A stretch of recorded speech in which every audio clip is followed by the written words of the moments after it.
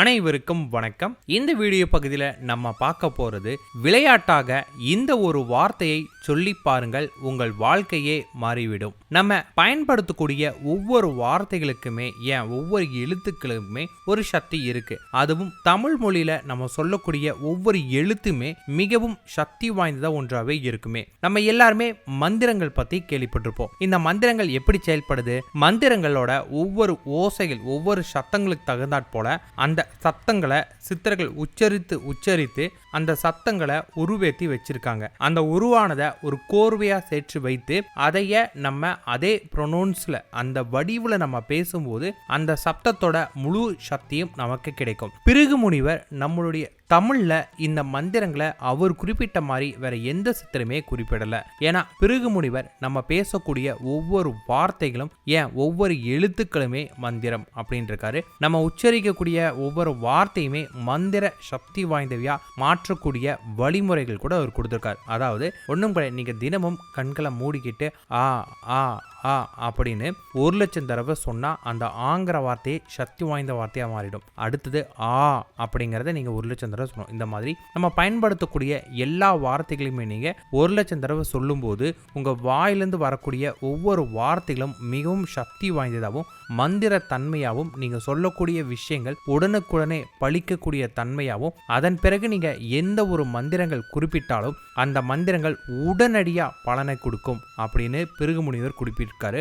அதுதான் தமிழ் மொழியோட சிறப்புன்னு சொல்லலாம். அதே போன்ற ஒரு வார்த்தை தான் ஆன்மீகத்தை பொறுத்தளவுக்கு அது அறிவியலுக்கு ஒப்பானது கிடையாது.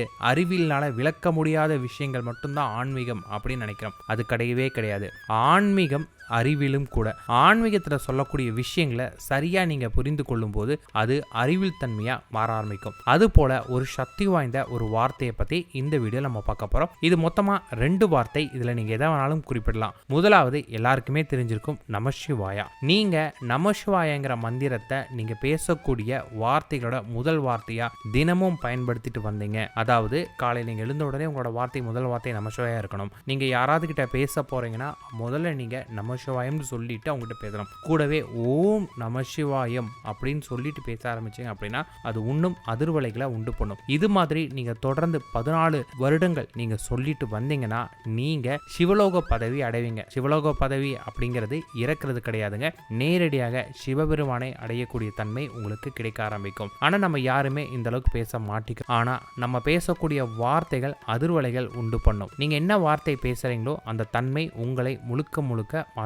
அதனால நமசிவாய சொல்ல முடியாதவங்க சொல்லக்கூடிய ஒரு அற்புதமான ஒரு வார்த்தை இருக்கு. நம்ம சித்தர்கள் குறிப்பிட்ட ஒரு சக்தி வாய்ந்த ஒரு வார்த்தை இருக்கு. இந்த வார்த்தை சொல்லும் போது உங்க உடம்ப சுத்தி ஒரு பாசிட்டிவ் ஆரா வைப்ரேஷனா உருவாக ஆரம்பிக்கும். இந்த வார்த்தையை நீங்க தினமும் சொல்லும் போது உங்களுக்கு எல்லாமே நல்லது நடக்கும். எப்படி? நீங்க ஒருத்தரை பார்த்து நீ நல்லா இருக்கணும்பா, உன் வாழ்க்கை ரொம்ப நல்லா இருக்கணும், உன் மனசுக்கு நீ ரொம்ப நல்லா இருக்கணும், நீ பண்ணக்கூடிய காரியங்கள் அனைத்துமே நல்லா இருக்கணும்னு பாராட்டினீங்கன்னா அதை நீங்க சொல்ல அந்த வைப்ரேஷன் உங்களுக்குமே வர ஆரம்பிக்கும். அப்ப நீங்களுமே நல்லா இருப்பீங்க.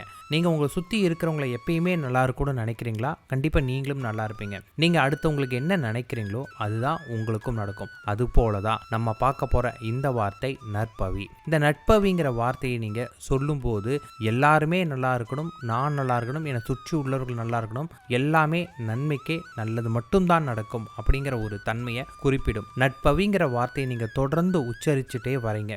நீங்க நைட்டு தூங்குறதுக்கு முன்னாடி நற்பவின்னு சொல்லிட்டு தூங்குறது, ஏதாவது ஒரு பேன் எடுத்த முதல்ல நற்பவின்னு எழுதுறது, எது பண்றதா இருந்தாலும் நற்பவி அப்படின்னு நீங்க எழுதி பண்ணிட்டு வந்துட்டு இருந்தீங்கன்னா இது நீங்க ஒரு கடமைக்கு பண்ணுங்க. சும்மா விளையாட்டா கூட சொல்லிட்டு இருக்கலாம். டைம் கிடைக்கப்ப நற்பவி நற்பவி நற்பவி அப்படின்னு நீங்க சொல்லும் போது உங்களை சுற்றி அதிகப்படியான ஒரு பாசிட்டிவ் வைப்ரேஷன் பரவ ஆரம்பிக்கும். கெட்ட எண்ணங்களோட உங்ககிட்ட வரவங்க கூட பாத்தீங்கன்னா உங்ககிட்ட இருக்கக்கூடிய அந்த பாசிட்டிவ் வைப்ரேஷனால அவங்களுடைய மனமும் ஒரு பாசிட்டிவான எண்ணங்களுக்கு அவங்களுமே நீங்க நல்லா இருக்கணும் அப்படிங்கிற ஒரு எண்ணத்துக்கு வர ஆரம்பிப்பாங்க.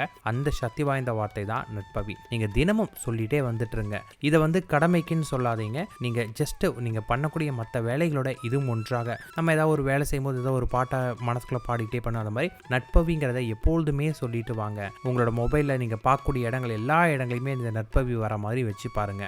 கண்டிப்பா உங்களுக்கு எல்லாமே நல்லதா நடக்க ஆரம்பிக்கும். உங்க மனம் நன்மையை நோக்க ஆரம்பிக்கும். உங்களுக்கு நடக்கிறதுமே அந்த நன்மையான விஷயங்களாவே இருக்கும். நற்பவி.